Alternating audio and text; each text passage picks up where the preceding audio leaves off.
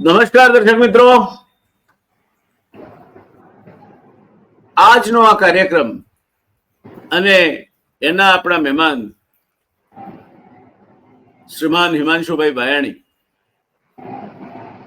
એક શ્રેયાન પત્રકાર છે.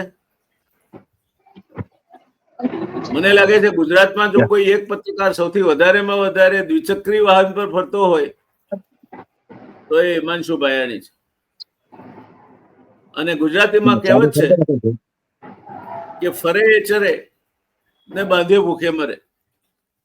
એટલે એમની પાસે જાત જાતના અનુભવ છે, કારણ કે પ્રવાસ જેવો ઉત્તમ શિક્ષક બીજો કોઈ નથી. અને હિમાંશુ ભાયાણી આજે જે કઈ છે એ બે કારણસર છે મારા મત પ્રમાણે. હું એમને જે રીતે સમજુ છું તે પ્રમાણે એનું મગજ સાબુત છે, એ વિચારે છે. આ જે પ્રોસેસિંગ યુનિટ છે એનું એ બિલકુલ સાબુત છે અને ઉત્તમ કક્ષાનું છે. અને બીજું આંખ ને કાન ખુલ્લા છે, એ જુએ છે, સાંભળે છે, સમજે છે. અને ત્રીજું જીભથી બોલે છે પણ ખરા. થોડાક સમય પહેલા દર્શક મિત્રો અમે ચર્ચા કરી હતી રોસનેફ્ટ અને ન્યાયરા અને યુરોપિયન દેશોના રશિયા પાસેથી ખરીદાતા ક્રૂડ ઓઇલના સંબંધી. ભારત વર્ષે 50 લાખ બેરલ, નહીં 5 કરોડ બેરલ, વર્ષે 5 કરોડ બેરલ ક્રૂડ ઓઇલ આયાત કરે છે, 50 મિલિયન. એમાંથી 40% ક્રૂડ ઓઇલ રશિયાથી આયાત થાય છે. એના આયાત થંભી જાય એ લગભગ આપણને 30% થી 35% સસ્તું પડે છે. એની આયાત થંભી જાય તો એની ભારતની અર્થવ્યવસ્થા પર શું અસર પડે એ મુદ્દો તો છે જ. એ મુદ્દાની આજે ચર્ચા નથી કરવી, કારણ કે કોઈ પણ દેશમાં આપણે હવે જો ત્રીજા નંબરે આવવું હોય તો આવનાર 10 વર્ષ સરેરાશ આપણે 8% જીડીપી ગ્રોથ રેટથી વધવું પડશે. હજુ સુધી આવું લાંબા ગાળે 8% ગ્રોથ આપણે ક્યારેય સાધ્યો નથી. અને એટલે આપણે જો એ પ્રગતિ કરવી હોય તો એ પ્રગતિમાં એક મહત્વનું પરિબળ છે ઉર્જા. ઉર્જા એક એવું પરિબળ છે કે દરેકમાં વપરાય. દાખલા તરીકે મારી પાસે જે વિગતો છે તમને વાંચી સંભળાવું.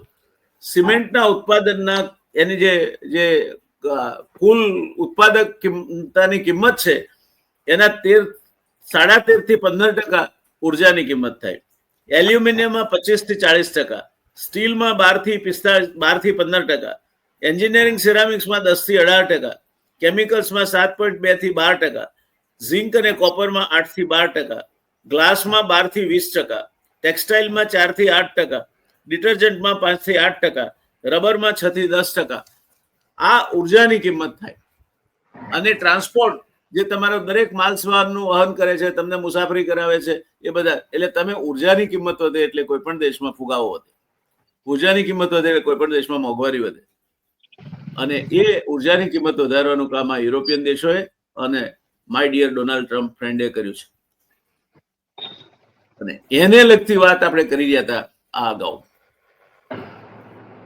તે વખતે હિમાંશુભાઈએ, to his credit, and I must give him the credit where it is due to him, એમણે એ મુદ્દો કહ્યો હતો કે તમે કહો ના કહો પણ, અને આ પત્રકારોના મગજમાં છે ને એવી કળપુરજો હોય છે કે આપણને ન દેખાય એમને દેખાય, કે આમાં કોઈ હળી કરે છે. આ રોસનેફ્ટ વાળું જ કેમ, નાયરા જ કેમ બંધ પડે.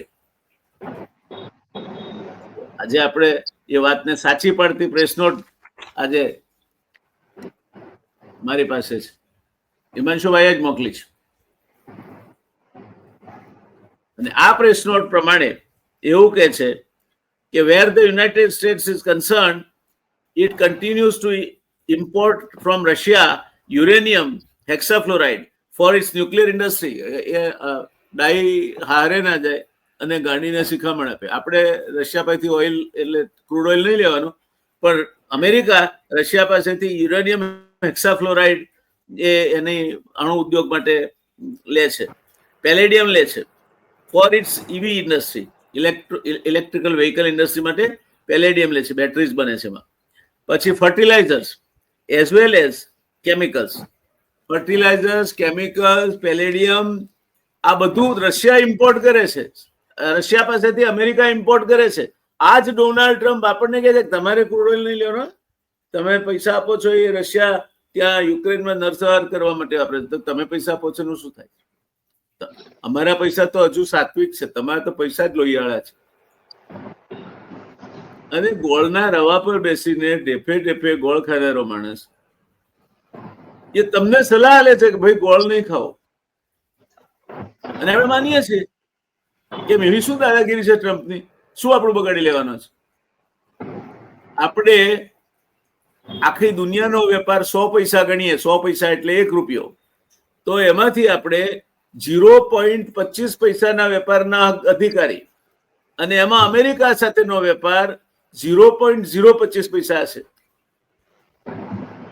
એમાં તો એવડો મોટો આપણે હાવ ઉભો કર્યો છે, મરી ગયા રે મરી ગયા, દાજો રે દાજો, દાજો રે દાજો, દાજો રે દાજો. હા, કિંમતો વધશે, આપણી ફિસ્કલ ડેફિસિટને અસર થશે, બીજા સામાજિક પ્રાયોજક પ્રોજેક્ટ જે હોય, પ્રકલ્પો, એના માટે નાણાં ઓછા પડશે, આ બધું થશે. પણ તમે કરો તે બધું બરાબર, તમને જરૂર પડી એટલે તમે રશિયા પાસેથી આયાત કર્યો. અને આપણને શું કે છે આ ડાઈમાનો દીકરો, સાંભળો, Donald my friend, my dear friend Donald J Trump, જે હોપફુલી ના બાપાનું નામ હશે ને, હોપફુલી રિમેમ્બર્સ ઇટ કરેક્ટલી, એ એવું લખે છે કે India is not only buying massive amounts of Russian oil.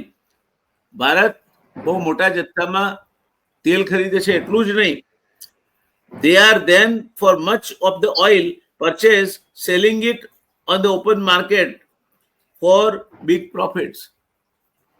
બજારમાં બહુ મોટો નફો લઈને વેચે છે. એ વાત સાચી છે, પણ એ મુદ્દો ટ્રમ્પ માટેનો નથી.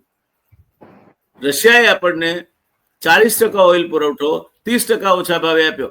પેટ્રોલ કે ડીઝલના ભાવ ઘટ્યા?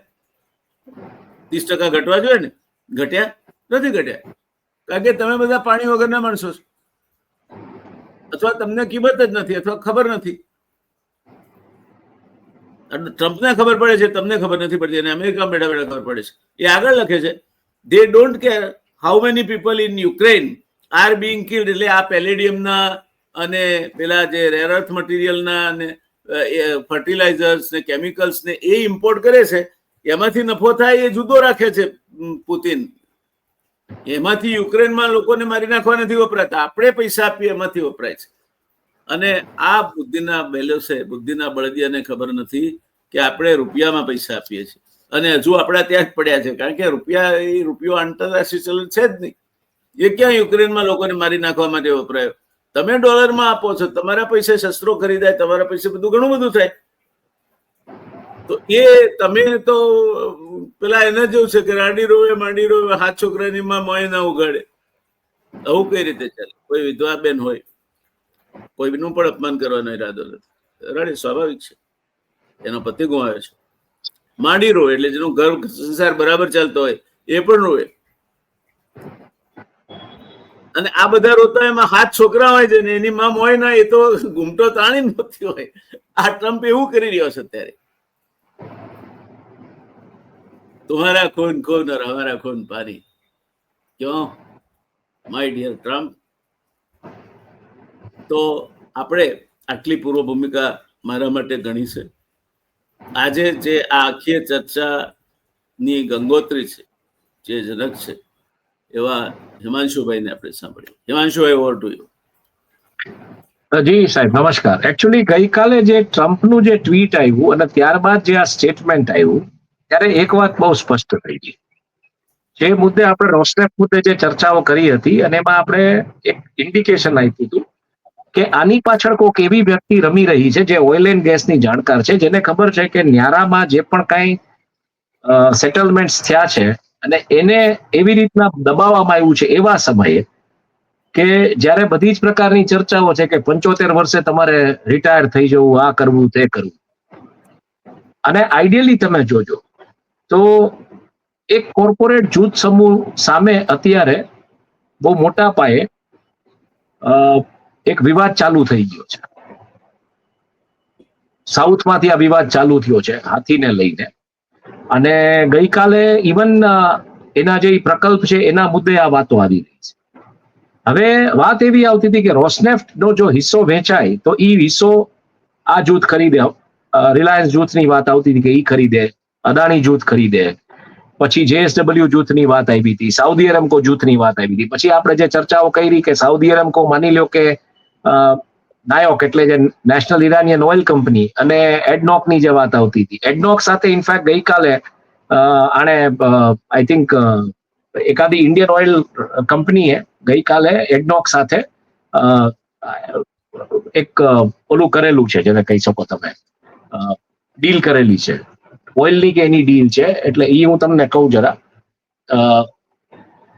એડનોક gas and Hindustan Petroleum signed LNG deal. એટલે જે એડનોકની જે વાત આપણે કરી હતી એ અહીંયા ક્યાંક ઇન્ડિકેટ થાય છે પાછું કે આ LNG ની ડીલ અમરથી સાઇન ન થઈ હોય, આ કોઈ ચોક્કસ કારણોસર થઈ હોય. એટલે હવે એનજીટી નું શું થાય અર્થ? હાજી, અમારા જેવા જિજ્ઞાસુઓને આ એનજીટી એટલે શું? LNG લિક્વિફાઈડ નેચરલ ગેસ જે છે એની ડીલ એડનોક એટલે Abu Dhabi national oil company. Abu Dhabi national oil company. હા, એટલે અબુધાબી નેશનલ ઓઇલ કંપની.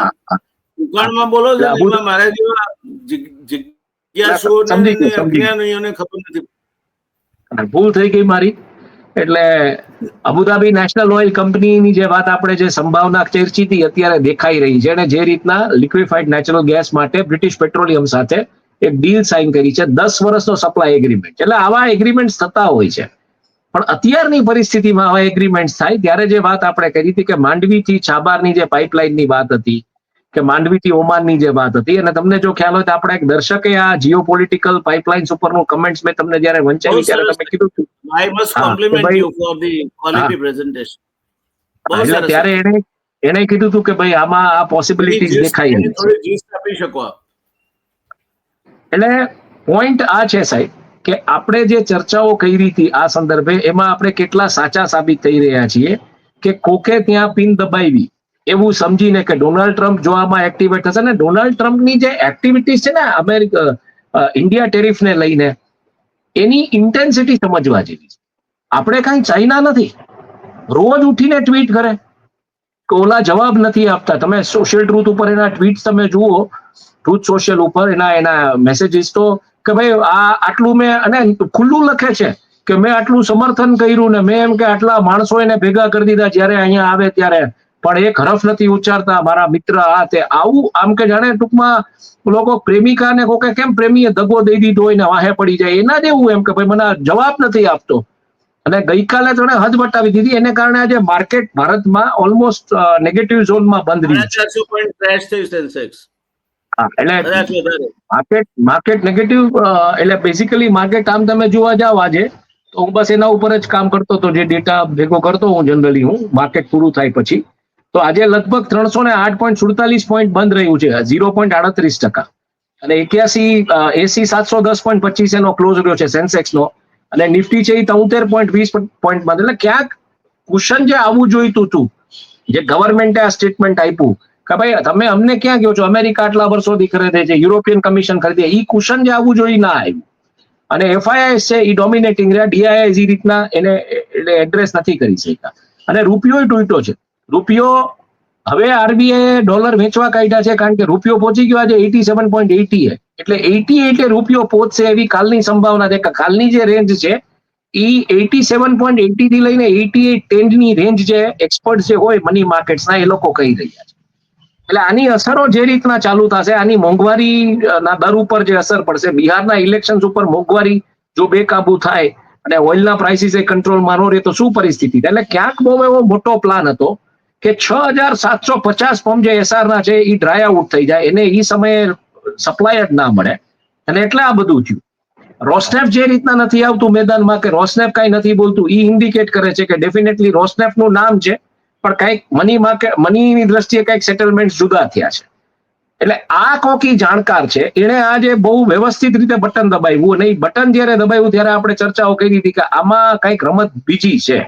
આ માત્ર કોઈ સેન્કશન ની વાત નથી. પેલા અમેરિકન સેન્કશન ની વાત આવી, પછી યુરોપિયન સેન્કશન ની વાત આવી, ને ત્યારે મને નવાઈ ઈ જ લાગતી હતી કે જે કાર્ગો યુરોપ તરફ ડાયવર્ટ થયો હતો એ લેવા માટે અમેરિકન્સ ત્યારે આપણને એન્કરેજ કરતા હતા, બરાબર છે ને. અત્યારે સડનલી શું પ્રોબ્લેમ થયો? તો I think Biden administration was pretty liberal. જ્યારે આ વોર ચાલુ થયું ત્યારે બાઇડન એડમિનિસ્ટ્રેશન હતું, તો Biden administration was pretty liberal with India as compare to I mean Trump administration. તો આપણે શેના ટ્રમ્પ અબકી બાર ટ્રમ્પ સરકાર કરતા હતા કે નમસ્તે ટ્રમ્પ કરતા હતા? પણ ગઈકાલે એની બીચવેસ બહુ જડબાતોડ જવાબ આપવામાં આવ્યો છે કે ભાઈ તમે અમને શિખામણ દો, તમે તમારા ન્યુક્લિયર ઇન્ડસ્ટ્રી માટે, તમારી ઈવી ઇન્ડસ્ટ્રી માટે બધું સોર્સિંગ ક્યાંથી કરો છો.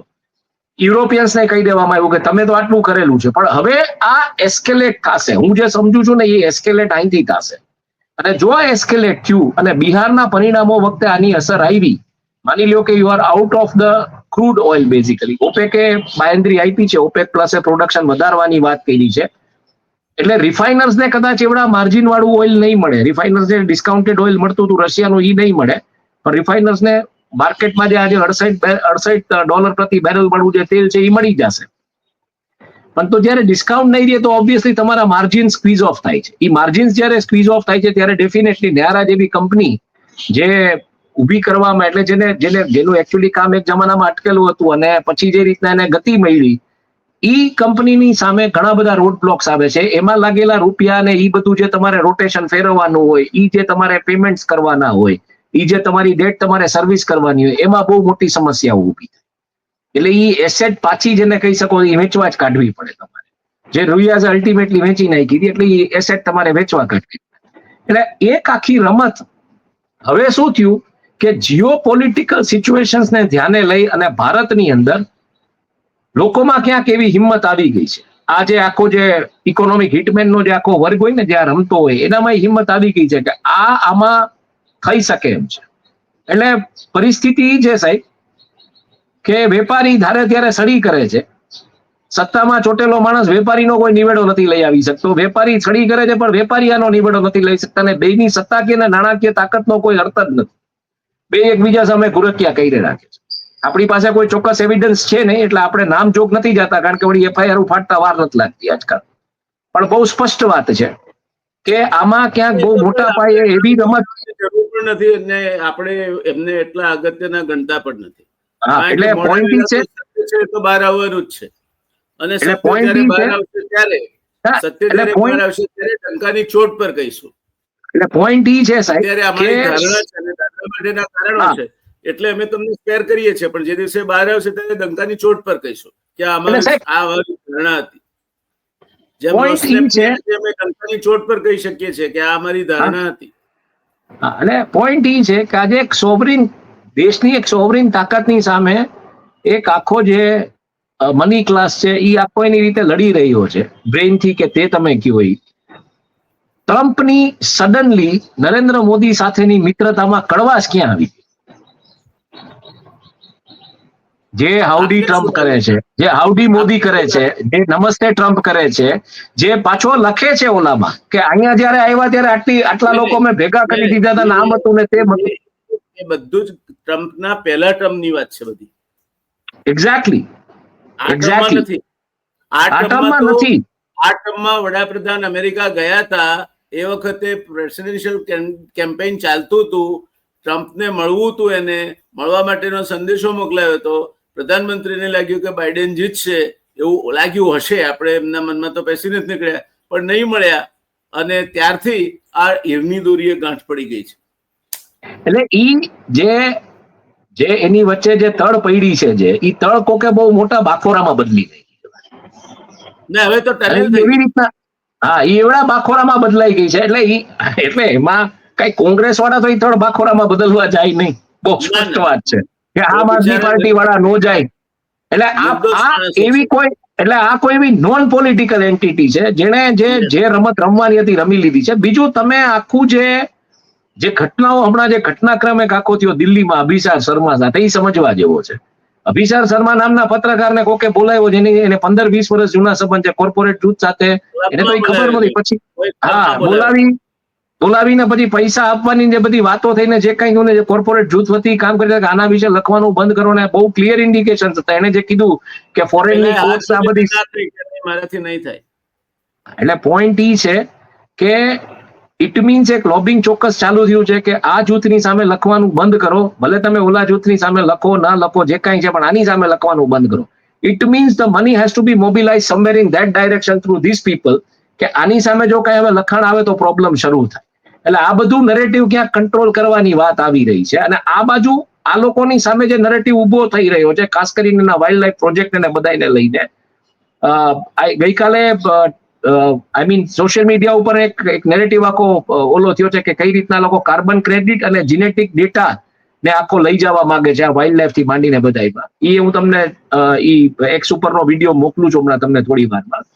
અને જે પ્રકારે હાથીના મુદ્દે જે એક આખું ચાલુ થયું છે, જે આખું જે ધમાલ ચાલુ થઈ છે, તો આ બહુ ક્લિયરલી ઇન્ડિકેટ કરે છે કે ઓલ ઓફ અ સડન જે ગ્રુપ સામે આજ સુધી આ પ્રકારનું રિપોર્ટિંગ કોઈ નહોતું કરી શકતું, એ રિપોર્ટિંગ કેવી રીતના ચાલુ છે, એ ગ્રુપની સામે સોશિયલ મીડિયા મોમેન્ટમ કેવી રીતના ચાલુ છે.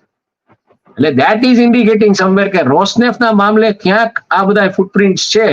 અને ગઈકાલે જે જવાબ આવ્યો છે એ બહુ કોન્ફિડન્સ સાથે એવા સમય આવ્યો છે કે એક ક્યાંક કોન્ફિડન્સ આવી ગયો છે કે ભલે આ તમે કરી લીધું, પણ હવે આનાથી આગળ તમે જઈ નહીં શકો અને અમે હવે જવાબ આપવા માટે સક્ષમ રીતે બેઠા છીએ.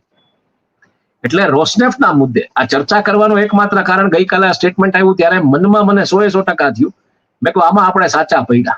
આપણી પાસે કોઈ એવિડન્સ અત્યારે નથી. જે ધારણાઓ ઉપર આપણે જતા હતા એના ઉપર આપણે એટલે સાચા પડ્યા કે આ જવાબ છે એ લોકોને, જે લોકોએ આમાં રમત રમવાનો પ્રયત્ન કર્યો. As I very clearly said કે પોલિટિકલ પાર્ટીઝ અત્યારે એ પોઝિશનમાં નથી કે આવું કોઈ કામ કરે, કારણ કે ઇન્ડિયાની હિતના વિરુદ્ધમાં છે. ઇન્ડિયાની એનર્જી સિક્યોરિટી છે એ બહુ મોટો પ્રશ્ન છે. ઇન્ડિયાની એનર્જી સિક્યુરિટીમાં ભારતની કોઈ પણ પોલિટિકલ પાર્ટી ક્યાંય કોમ્પ્રોમાઇઝ ન થવાની. એનર્જી ડોમેનમાં કેનો કબજો છે, એનર્જી ડોમેન ઉપર કોણ રમવા માંગે છે, આ બહુ મોટો પ્રશ્ન છે. અને એનર્જી ડોમેન ઉપર જે કોઈ રમવા માંગે છે એ મને ક્યાંક એવું લાગે છે દૂર જે અત્યારે આપણી પાસે એવિડન્સ નથી શું વાતો થઈ હશે શું નહીં થયું હોય, પણ કોકે ડેફિનેટલી બહુ જબરદસ્ત રીતે જેને કહી શકો ને કે તણખલું મૂકી દીધું છે. હા, એટલે બહુ મોટા પાયે આગ લાગી ગઈ છે, બહુ મોટા પાયે આગ લાગી ગઈ છે.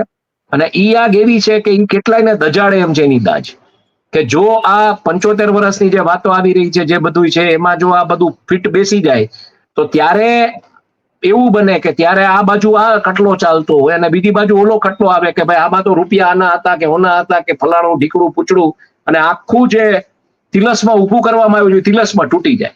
એટલે ગઈકાલના જવાબ ઉપરથી, એટલે ઓલા જેવું છે ને કે એક મૂવી મેં જોયું હતું ધ અધર મેન કરીને, એમાં એક બહુ સરસ એન્ટોનિયો બંડેરાસ બહુ સરસ ડાયલોગ બોલે છે કે the man who is not successful knows to fake it very well. એટલે એ એવી રીતના ફેક કરે અને એવી રીતના બ્લફ કરે. એટલે આ જે જવાબ છે ને એ જવાબ ઘણું બધું કહી જાય છે કે અંદરથી ક્યાંક ઘણું બધું હલી ગયું છે, પણ છતાં એમ કે અમે સ્ટ્રોંગ છીએ, અમે લડી લેવાના મૂડમાં છીએ. આ જવાબ છે. નો ડાઉટ આ જવાબ આપણા દેશના સોવરિન ઓલા માટે 100% બહુ જ સરસ જવાબ છે. કોઈ પણ દેશવાસીને ગર્વ થાય એવો જવાબ છે.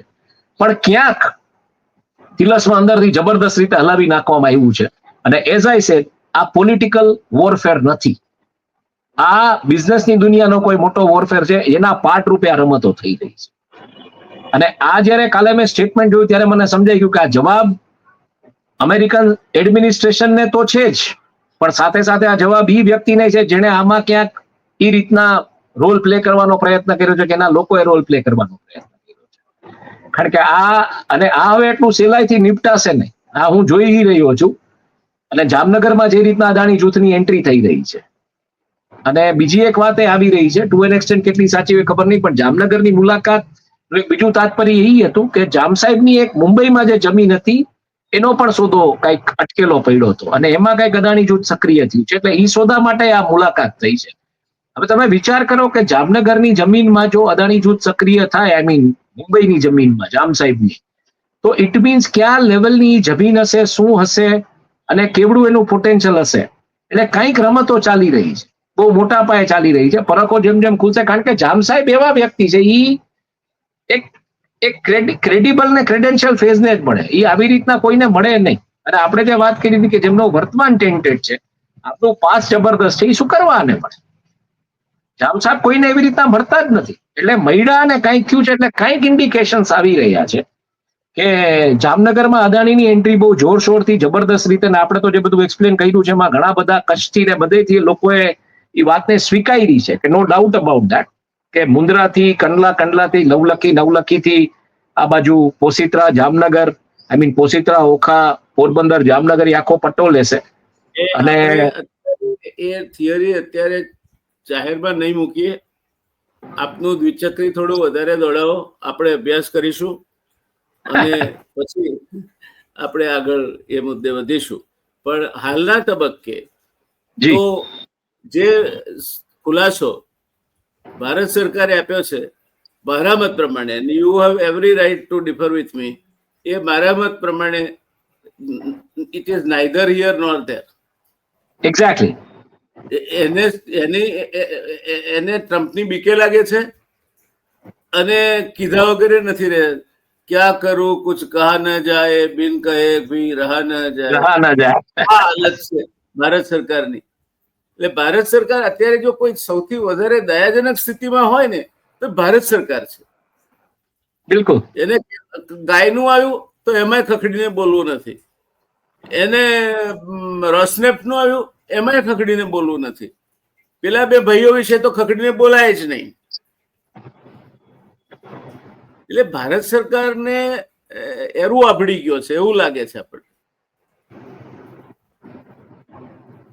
બિલકુલ બિલકુલ. ક્યાંક એવું લાગે છે કે જે પ્રકારની અત્યારે catch-22 સિચ્યુએશનમાં બધું મૂકે, કારણ કે તમે જે ઓપ્ટિક્સ બિલ્ડ કર્યા હતા ટ્રમ્પ હારે, આજે એ ઓપ્ટિક્સ ધ્વસ્ત થઈ રહ્યા છે. નોટ ઓનલી ધેટ, ટ્રમ્પ રોજ સાંજ પડે એક કઈક ટ્રુથ સોશિયલ ઉપર એનો પોતાનો મેસેજ મૂકે ને એ વાયરલ ભયંકર રીતે થાય છે. આપણે બે હવે ટ્રમ્પને એડ્રેસ કરેલી એક ટ્વીટ મૂકવા માંડીએ. Dear my dear friend Donald Trump, your tweets તમને જાણીને નવાઈ લાગશે કે એને કેટલી નફરત હશે આપણા પ્રત્યે કે મેં મારું એક પર્સનલ એકાઉન્ટ ટ્રુથ સોશિયલ ઉપર ક્રિએટ કર્યું અને એમાં હું તો બીજું કઈ મૂકું નહીં, હું તો મારું ડેડલાઇન ગુજરાતનો ડિસ્પેચનો જે લેટર હોય એ મૂકું ને એની લિંક મૂકું, તો મારું એકાઉન્ટ બેન કરી દીધું. આ તો કરી દે ને, પણ કારણ કે મારી જે પ્રોડક્ટ, મારી જે ન્યૂઝ વેબસાઇટ એનું નામ છે deadlinegujaratnews.com, બંધ કરી. હા તો કરી જ દેવા જોઈએ. પણ ગુજરાત શબ્દ તરફ, એટલે ગુજરાત તરફ માથું રાખીને કદાચ સુતા નહીં હોય એવું મતલબ છે ને, એ ડરી ગયા છે ટૂંકમાં ગુજરાતીઓ. ઓના લાઇટર નોટ, ઓફકોર્સ ઓના લાઇટર નોટ વળી પાછો કોકે ગુજરાતીઓનું અપમાન કર્યું, કોકે વળી પાછી એફઆઈઆર દાખલ, લાઇટર નોટ. પણ deadlinegujaratnews.com મારા વેબસાઇટનું નામ છે. હું ડેઈલી એક ડિસ્પેચ લેટર આખો લખું છું, જે વર્લ્ડના માર્કેટ્સ રિવ્યુઝ, એટલે એમાં જે વાત અમે કરીએ છીએ બેઝિકલી જેને કહી શકો તમે કે વર્લ્ડના જે આખું જે રોજે રોજનું જે બજાર હોય એની ઉપરની અમે વાત કરીએ છીએ. એમાં બીજું કોઈ અમે વાત નથી કરતા. તો ઈ પણ ક્યાંય આમ જોવા નથી મળતું, જેને કહી શકો એને કાઢી નાખવું છે, એ દેખાડવા નથી દેવું એને. એટલે એમાં બેઝિકલી એમાં શું કરીએ છીએ કે અમે માર્કેટ રિવ્યુઝના આઉટલુક્સ આપીએ છીએ, કે માર્કેટ રિવ્યુ આજે દુનિયાનું આ રહ્યું, ઇન્ડિયાનું આ રહ્યું, આઉટલુક આવતીકાલનું આવતું રહેશે. પછી બિઝનેસની જે એક્ટિવિટીઝ હોય એના ઉપર વાત કરીએ કે સેક્ટોરલ જે કાંઈ આખા સાઉથ પેસિફિક થી લઈને, એટલે ઓસ્ટ્રેલિયા ન્યુઝીલેન્ડ થી લઈને અલાસ્કા સુધી શું સેક્ટોરલ ડેવલપમેન્ટ થયા છે આખા વર્લ્ડમાં, જે બધા એક્સચેન્જીસ છે એના ઉપર શું ડેવલપમેન્ટ થઈ રહ્યા છે, આખા વર્લ્ડમાં જે ઇવેન્ટ્સ થવાની છે, ઇકોનોમિક ઇવેન્ટ્સ છે, અર્નિંગ્સની જે કેલેન્ડર આવવાનો એની વાત કરીએ છીએ. અને ન્યૂઝ રેપ્સ એટલે આખી દુનિયામાં જે સમાચાર થયા હોય, જે અસર કરતા હોય વૈશ્વિક આર્થિક પ્રવાહ ઉપર, એની અમે વાત કરીએ છીએ. ઇન્ડિયાની, વર્લ્ડની, ગુજરાતની અને વેધરની આખા અપડેટ્સ એવું આપે છે. છેલ્લે એક બિઝનેસ ન્યૂઝ વાયઝ આપીએ છીએ. એટલે અમે ક્યાંય કોઈને કાળો ધોળો ખોટો સાચો કાંઈ કહેતા નથી, બરાબર છે. અમે કાંઈ એને એવું કહેતા જ નથી કોઈને કે આ ખોટું છે કે આ સાચું છે કે આ સારું છે, ખરાબ છે કે આ કાળું છે કે આ ધોળું છે, બરાબર. એટલે we give a pure information. My advice: open a similar account on Elon Musk's Twitter. ના એક્સ ઉપર મારું એકાઉન્ટ છે, એક્સ ઉપર છે, ફેસબુક ઉપર છે. એલન મસ્ક ના ટ્વિટર હેન્ડલ પર ખોલી અને આ મોકલો. ના ખોલેલું જ છે, પણ પોઈન્ટ એ છે કે આ ટ્રુથ સોશિયલ નવું હતું એટલે મેં ટ્રાય કર્યું. પણ એમાં એવું થયું કે એક દિવસમાં અપડેટ નાખ્યો તો બીજા દિવસે સ્પેલિંગ મિસ્ટેક છે. ના, એટલે એટલે તમારું કદાચ નાખ્યું છે. એ ટ્રુથ એટલે એમાં સોશિયલ શું છે થયું છે, ને, you wanted to write untruth social, untruth unsocial, anti-social. Untruth જ જોશે. એટલે પોઈન્ટ એ છે કે I want to open an account, can I? Untruth, You can. anti-social. ના, you Untruth, can. anti-social. Untruth anti social you can, પછી કેટલું ચાલશે એ મને નથી. પાછું એમાં કમ્પલસરીલી તમારે બધાને ફોલો કરવાના, ડોનાલ્ડ ટ્રમ્પને. હવે મારા સોશિયલ મીડિયામાં એક્સ ઉપર હું કોઈને ફોલો નથી કરતો. હું કોઈ જ ને ફોલો નથી કરતો. મેં મારા માટે રાખ્યું છે, મારે કોઈને ફોલો નથી કરવા. બરાબર, એટલે અહીંયા તમારે કમ્પલસરી, હું કોઈને ફોલો નથી કરતો, મારું એકાઉન્ટ બંધ કરી દીધું. Okay, now let us summarize. આપણે અત્યાર સુધી જે ચર્ચા કરી એનું તારણ એ નીકળે છે કે આ જે યુરોપિયન દેશોએ જે પ્રતિબંધ મૂક્યો અને એના કારણે નાયરાની જે પરિસ્થિતિ ઊભી થઈ એના પાછળ એને આ દેશમાંથી દૂર કરી અને એ એનર્જી સેક્ટરના એક મહત્વના યુનિટમાં પોતાનો હિસ્સો હથિયાવી લેવા માટે કોઈક પ્રવૃત્ત બન્યું છે. બિલકુલ, બિલકુલ, એ કોઈ પણ હોઈ શકે, કોઈ પણ હોઈ શકે. કોઈ પણ કોણ હશે એ બહુ લાંબો સમય છૂપું નહીં રહે.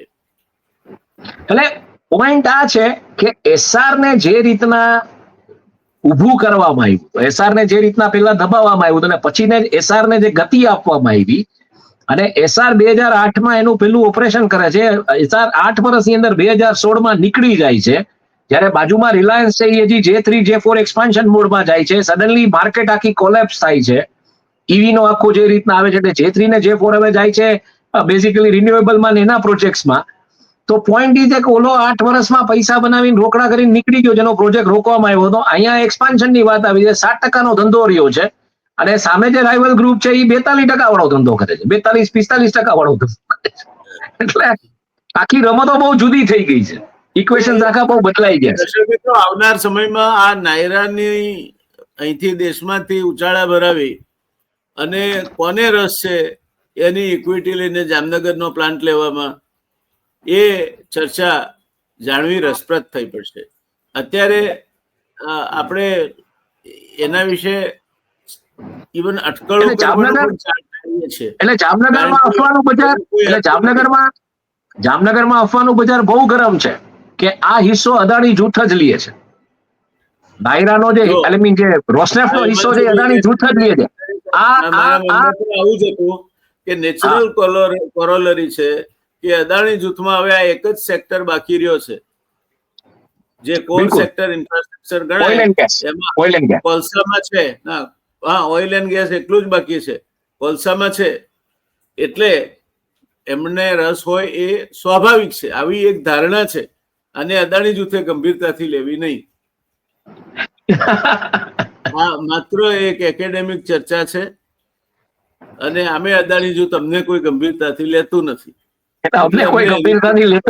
ચર્ચા કરી શકીએ છીએ, એટલે અમે ચર્ચા કરી શકીએ છીએ. અમને ચર્ચા કરતા રોકતું પણ નથી, પ્રેરણા આપે છે એના નવા તિકડમબાજી કરીને.